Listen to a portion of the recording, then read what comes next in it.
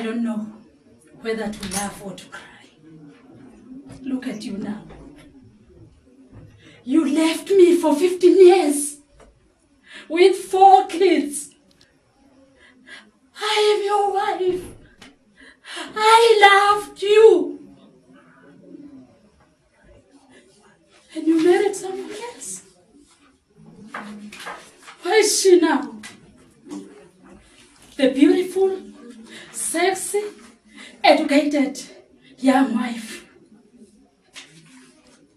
Now that you are lying here, helpless, I have to be the loving wife again? No. No.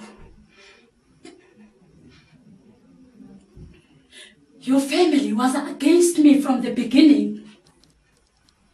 And they told me, you are a man, you can get married many times as you want. Where are they? I have to feed you, bath you, move you around me.